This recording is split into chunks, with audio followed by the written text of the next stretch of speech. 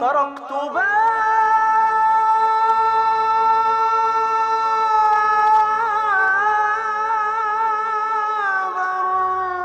الرجاء والناس قد رقدوا، وبت أشكو إلى مولاي ما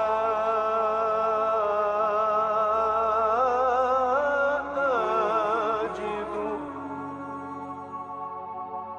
طرقت باب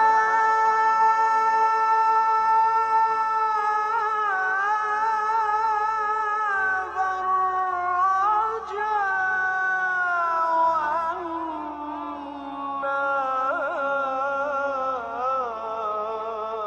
والناس قد راقدوا، وبت أشكو إلى مولاي ما أجد. وقلت يا أملي في كل نعمة ومن عليه لكشف الضر أعتمد.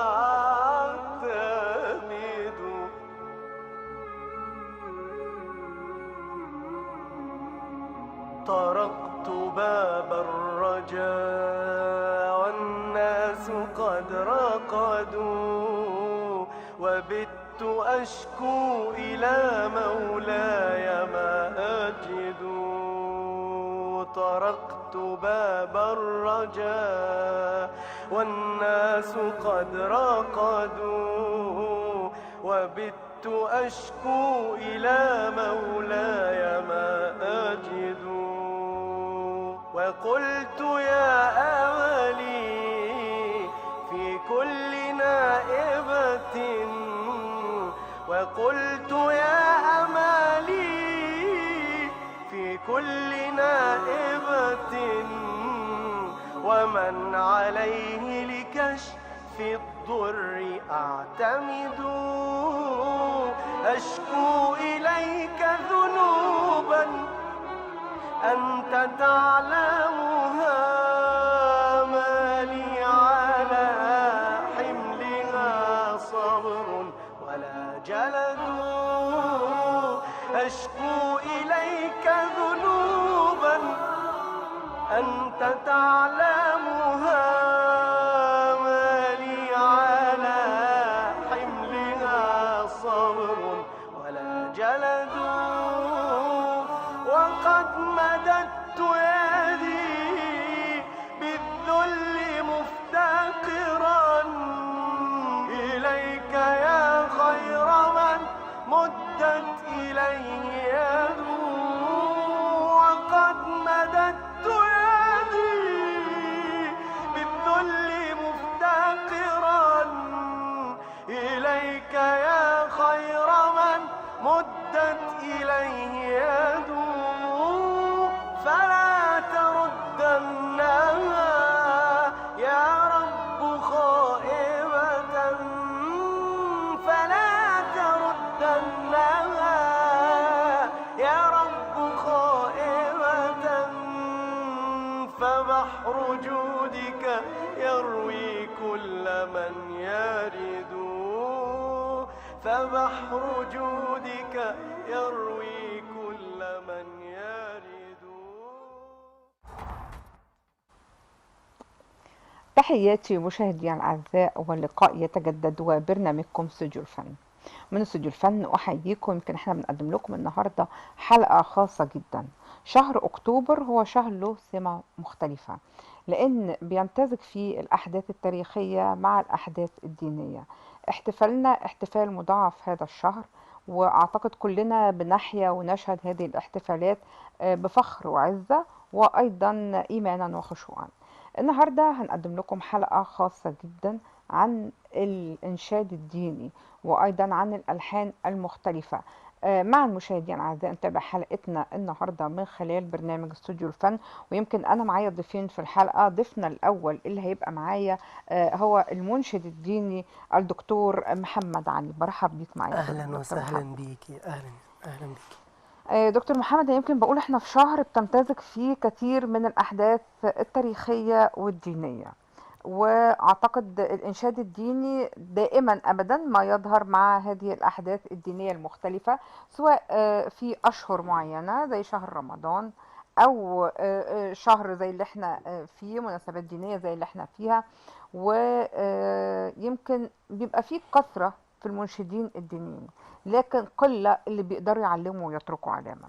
بدايه عايزه اعرف يعني ايه الانشاد الديني من وجهه نظرك، او من التعريف المفهوم الصحيح للإنشاد الديني. الحمد لله والصلاة والسلام على رسول الله. رب اشرح لي صدري ويسر لي أمري واحلل عقدة من لساني يفقه قولي. اللهم لا علم لنا إلا ما علمتنا إنك أنت العليم الحكيم. وبعد، بداية الإنشاد الديني معناه هو الفن الذي يدعو إلى الفضيلة وينبذ الرذيلة بكل بساطة. وأنا بقول إن مفروض إن كل الفنون تدعو إلى الفضيلة وتنبذ الرذيلة، وإلا مش هيبقى اسمه فن. نشأة الإنشاد الديني قالوا إن هو يعني من أيام الفراعنة، لكن أنا عايز أقول إن نشأة الإنشاد الديني كانت منذ زمن النبي صلى الله عليه وسلم. إزاي الكلام ده؟ كان في صحابي رضي الله عنه وأرضاه اسمه عبد الله ابن زيد. عبد الله ابن زيد دوت معروف طبعا إن هو الذي رأى رؤية الأذان. يعني الأذان بتاع المسلمين بتاعنا، الأذان ده أصله رؤية شافها سيدنا عبد الله بن زيد، فذهب يقص الرؤيا على رسول الله صلى الله عليه وسلم، وأذن أمام النبي صلى الله عليه وسلم. ونفس الرؤية كان شايفها عمر بن الخطاب رضي الله عنه، وأقر وذهب للنبي وقال له إن هو شاف نفس الرؤية اللي شافها عبد الله بن زيد. فالنبي صلى الله عليه وسلم أقر الأذان اللي هو الإعلام للمسلمين، وقال له قول، قال له: علمها بلالا فإنه أندى منك صوتا. يعني علم الأذان ده وقول اللي انت شفته ده لسيدنا بلال، لأن سيدنا بلال كان بيمتاز بالصوت الحسن الجميل، وهو أول مؤذن في الإسلام. بعد كده بدأ الإنشاد الديني بعد كده في عصر الدولة الأموية، وكان عبد الملك بن مروان طبعا بيقرب إليه الشعراء والمنشدين والمبتهلين، وكان يجزي لهم العطايا وكان يقربهم منه. فالإنشاد الديني أنا بقول بدايته بدأت مع الأذان. أنت دارس بدايات الإنشاد الديني منذ البداية؟ دارس التاريخ بتاع الإنشاد الديني يعني؟ قرأت طبعا في تاريخ الإنشاد الديني، لأن هو ده مجالي، وهو ده الحاجة اللي أنا برجو من الله سبحانه وتعالى إنه إحنا نستخدمه للارتقاء بالذوق العام. طبعا أنا درست المقامات على يد مشايخ كتيرة، أخص منهم بالذكر طبعا شيخي وأستاذي رحمة الله عليه الشيخ محمد الهلباوي. وأنا ذكرته، وده ليه فضل عليا بعد ربنا سبحانه وتعالى. فطبعا ما نقدرش ننكر فضل أساتذتنا وعلمائنا اللي احنا تلقينا على أيديهم العلم طبعا. فالشيخ محمد الهلباوي أنا ذكرت قبل كده في أكثر من برنامج أن كنت بسافر له مخصوص. فين؟ من اسكندرية لنهية، أتلقى على يديه العلم المقامات. فهو علم طبعا بيرتقي. طب أنت شايف العلم ده منتشر في الفترة الحالية؟ جيتي على الجرح. بمعنى أن الفترة الحالية بتشهد انحدار. وأنا آسف اللي أنا بقول الكلام ده. في استوديو الفن الفترة الحالية بتشهد انحدار للفن. ازاي انا ابقى ماشي في الشارع واسمع الفاظ للاسف الشديد بتذاع على الفضائيات وبيتعمل منها البومات. الالفاظ اللي الواحد بيسمعها دي بيتربى عليها الجيل والنشء. الفاظ لا تمت للفن بصلة، وللاسف الشديد يقولك المطرب الفلاني، المغني الفلاني، مش عارف مين الفلاني، وهم ابعد ما يكون عن الفن.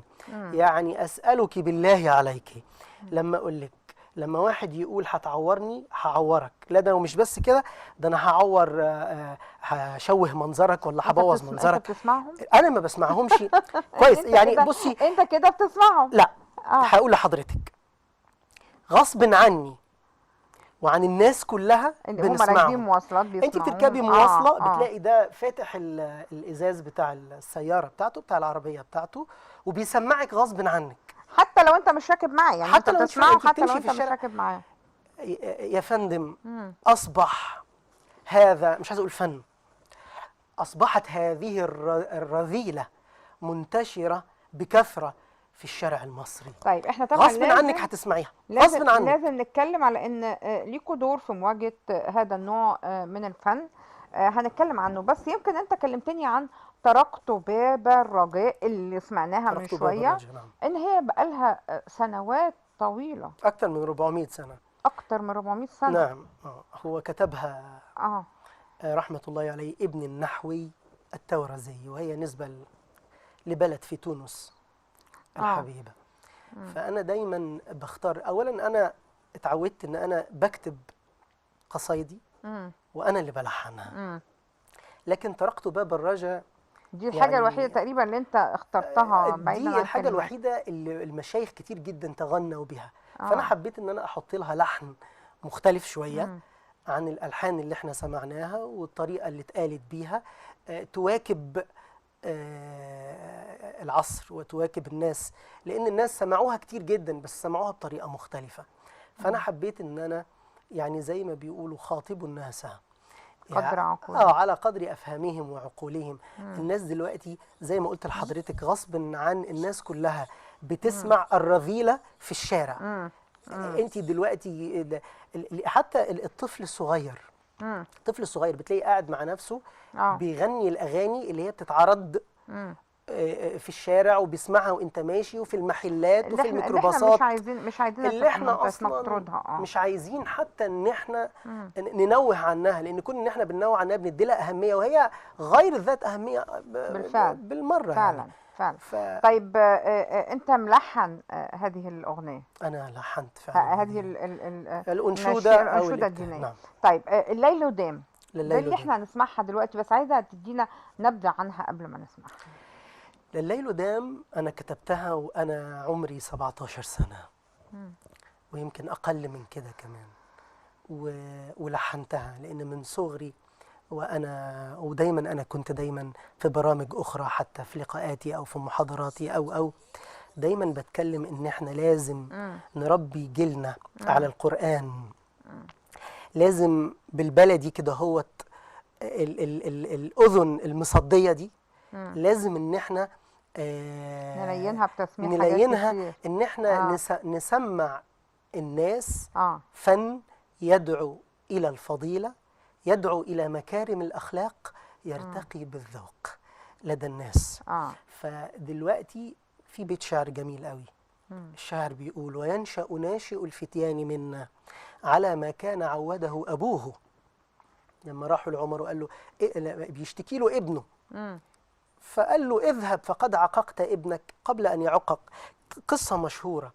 فأنا بقول إن كل والد وكل أم وكل أسرة هم المفروض إن هم يراعوا أبنائهم، ما يسيبوهمش للسوشيال ميديا يسمعوا اللي هم عايزينه بلا رقابة. طبعًا. لأن هيسمعوا الحاجات اللي أنا قلتها لك وحاجات أخطر من كده. أخطر منها. فلازم إن هو يكون في رقابة، ولازم إن إحنا ننشئ أبنائنا وننشئ الجيل الجديد. حتى الجيل اللي سمع كده وتعود على كده وتربى على كده، هو المفروض إن إحنا. لكنتك اسكندراني، أنت اسكندراني؟ جاي من اسكندرية، جاي لكم من اسكندرية مخصوص.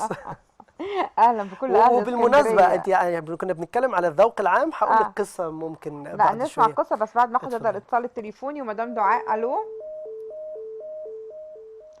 هننتظر اتصالك مرة أخرى يا مدام دعاء. أرجع مرة تانية، القصة اللي أنت عايز تحكيها لي لا انا عايز سريعا. اقول لك ان لما قلتي أهل نسمع او كده اسكندرية. اهل اسكندريه، اه. انا جيت من اسكندريه مخصوص وكنا بنتكلم دلوقتي على موضوع القصه يا جماعه. يمكن هخرج بره الموضوع لمده كده نص دقيقه كده صغيره. اه. القصه ما بقتش قصه ذوق عام بس، ده اه. قصه ان اصبح في ناس مفيش اخلاق. يعني انا اه. جاي من اسكندريه عملت حادثه على الصحراوي، ويمكن انجاني الله تبارك وتعالى من الموت على المحقق. فكرة احنا بنشكرك ان انت بالرغم انك عامل حادثة لكن كملت اصريت انك تيجي، ويمكن اثار الحادثة وهكمل في باينة الطريق ده عنك برضه. يعني.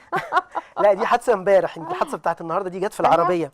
ايه ده؟ عايز اقول لحضرتك حاجه برضو. قال النبي صلى الله عليه وسلم: عليه العين الصلاة حق، والسلام. واستعينوا على قضاء حوائجكم بالكتمان فان كل ذي نعمه محسود. ودي نصيحه طبعا. بوجهها للناس كلها. طبعا. فانا عايز اقول لك ان انا النهارده العربيه لفت على الصحراوي لفتين، امم. سواق نص نقل خبطني وانا يعني خلاص اتشهدت، يعني بمعنى اتشهدت. الحمد لله ان انا قدرت ان انا اتمالك نفسي واقف على جنب الطريق. هو بقى الذوق العام بقى والاخلاق اخذ بعضه وجرى، حتى ما وقفش يعني يشوفني يعني انا يقف يشوف في اي حاجه. خلصت ولا لسه؟ فانا زي ما كملت الطريق لاستوديو الفن ان شاء الله برضو هكمل الطريق طيب. رغم الصعاب اللي اه. الواحد بيواجهها في الطريق، بالذات بتاع الانشاد الديني ده، لحد ان شاء الله ما نكون سبب انا وغيري في الارتقاء باخلاق الناس. طيب معانا اتصال تليفوني مرة أخرى مدام دعاء، بس بقول لك يعني الحمد لله على سلامتك الله وبنشكرك مرة يسلمك يا تانية ستي، إنك اهلا جيت. بيك. أيوة مدام دعاء أهلا بيكي. اهلا بحضرتك يا مدام سحر، ازي حضرتك عامله ايه؟ الحمد لله يا حبيبتي، أهلا بيكي. انا بحب اشكر حضرتك جدا على البرنامج الهادف ده فعلا شكرا. وانا بقول للدكتور محمد الحمد لله على سلامتك. الله يسلمك، الله يكرمك، الله يبارك الله فيك يا رب. يخليك. وفعلا مصر ولاده فينا فيها اشخاص مثل ضيف حضرتك بجد يا مدام سحر بجد. وعايزه اقول لحضرتك انه واخد طريق مميز جدا برغم ان الغالبيه العظمى متجهه لحاجات مش يعني بتصيب بالاشمئزاز. ففعلا هي حاجه كويسه جدا وهدافه وبتشدك وبتحب انك تسمعي. انا بشكره تاني وبشكر حضرتك وبالتوفيق والنجاح ان شاء الله. بنشكرك جدا على مشاركتك لينا يا دعاء النهارده، ألف شكر. تحياتي. ايه رأيك نطلع نسمع الليل قدام ونرجع مرة تانية ننتظر مشاهدي استوديو الفن على الهواء مباشرة في استوديو الفن.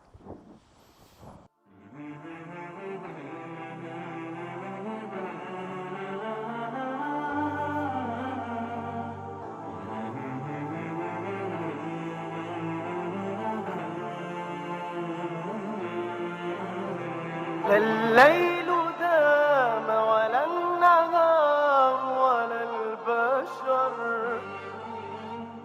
حتى ولا شمس تدوم ولا قمر. لا الليل دام ولا النهار ولا البشر، حتى ولا شمس تدوم ولا قمر. وكذا الحياة وإن تطاول عهدها، فتعال نرجع للإله مع السحر، نلهو ونلعب والحياة لها مدى.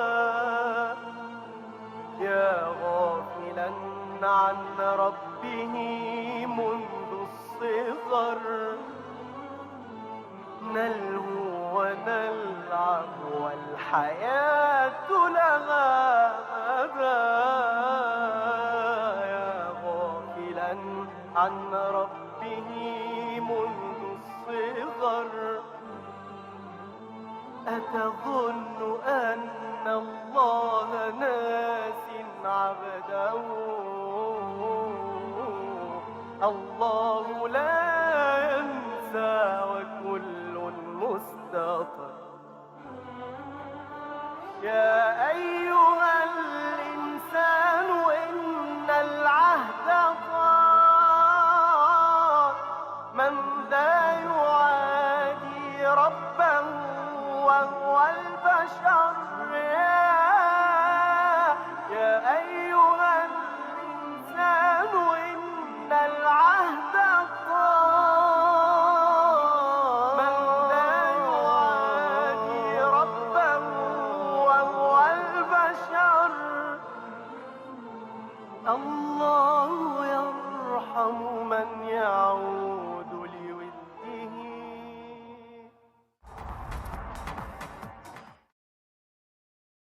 عودة مرة أخرى كل مشاهدينا لاستوديو الفن، ولسه معانا المنشد الديني دكتور محمد علي. ويمكن أنا عرفت إن في مفاجأة أنت محضرها لجمهورك، إن أنت هتغني غناء عاطفي أيضا. هقول لحضرتك حاجة في الموضوع دوت. الموضوع مش زي أصل الناس ممكن تفهمه غلط، مم. إن غناء عاطفي يعني الغناء والكلام عن مفاتن المرأة وعن الحاجات دي. لا، أنا بتكلم في إيه؟ بتكلم إن لما جه سيدنا علي بن أبي طالب، لما ماتت فاطمة بنت النبي صلى الله عليه وسلم، طبعا حزن عليها سيدنا علي حزنا شديدا، وكان معروف ان علي يكتب الشعر، فكتب فيها بيتين شعر من اجمل ما سمعت. فكان قال لها ايه؟ قال لها: حبيب ليس غيرك لي حبيب، وما لسواه في قلبي نصيب، حبيب غاب عن عيني وجسمي، وعن قلبي حبيبي لا يغيب. بيتين الشعر دول مين اللي كتبهم؟ اللي كتبهم علي بن أبي طالب. كتبهم في مين؟ في بنت النبي صلى الله عليه وسلم. طيب، أنا لما أجي أكتب شعر في زوجتي وأحب زوجتي وأنشد في زوجتي وأرتقي بالكلمات، إني أنا إيه العيب في كده؟ إيه الحرام في كده؟ طالما أنا ما باخدش ما بتكلمش في اعراض الناس، طالما انا ما بتكلمش في رذيله من الرذائل، طالما انا ما بثيرش الغرائز عند الناس بالاغنيه. يعني دي أنت هتراعيها من خلال ألبومك طبعاً الغنائي لازم، القادم طبعاً، إن شاء طبعاً الله. إن شاء الله. طيب، يعني سؤال أخير، كيف نرتقي بالذوق العام للشباب، وكيف نجذب الشباب لهذا اللون من الإنشاد الديني؟ والله ومين احنا المعني بأنهم هو يجذبهم للإرشاد الديني؟ ان شاء الله باذن الله تعالى يعني بصدد عمل برنامج ديني ان شاء الله. انا شايف ان هو هيكون قوي جدا وحاجه جديده. القائم عليه الاستاذ محمد ريان طبعا، الصحفي المعروف والناقد الفني المعروف. معانا فيه برضو اشراف الاستاذ وليد منير. العمل ده احنا الأستاذ وليد مسمينه، منير هيبقى ضيفنا هيبقى ضيفكم في الجزء الثاني من الحلقة. فاحنا اتفقنا انا والاستاذ محمد ريان ان احنا نعمل البرنامج اسمه حكايات وابتهالات. ان احنا بنحكي قصه. بس هل انت شايف ان برنامج هو اللي ممكن يرتقي بالذوق، مش برنامج ولا بس، ولا محتاج يعني تكوين كوادر جديدة، او يعني اعداد فنانين جدد لهذا النوع من الانشاد؟ طبعا يعني انا عايز اقول ان طبعا البرنامج لوحده مش كفايه طبعا، وانا لوحدي مش كفايه. المثل بيقول لك ايد لوحدها ما تسقفش، صح؟ اذا انت بتخاطب مين؟ الجهات المعنيه أنا بخاطب اللي هي ممكن الإعلام تساعدك أول في شيء، لأن الإعلام هو اللي وصل للناس الحاجات الهابطة دي. ما هي وصلت عن طريق إيه؟ وصلت عن طريق الإعلام. لا، مش أي إعلام، مش أي إعلام، أنا بتكلم طبعا مش كل طبعا في استثناءات.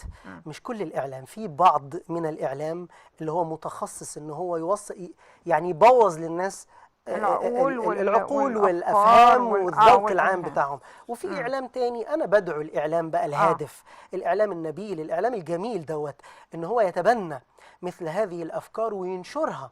لان الناس، انا عايز اقول لحضرتك حاجه، اطفال صغيره اطفال صغيره منهم ابني انا شخصيا بيردد تركت باب الرجاء اللي هي اتكتبت من 400 سنه وهو عمره 10 سنين. اطفال كتيره جدا انت لو سمعتيها كده ووصلت لها كده هترتقي بالذوق العام من البدايه، من الالف للياء. وهو الاسلام حث طبعا على الارتقاء بالذوق العام. قال صلى الله عليه وسلم: انما بعثت لاتمم مكارم الاخلاق. صدق رسول الله. طبعا احنا محتاجين الام والاب والمدرسه والجامعه يبقى ليها دور طبعًا ايضا في لفظ هذا النوع من الفن وارساء قواعد لفن جديد. احنا بنشكر حضرتك دكتور محمد علي المنشد الديني.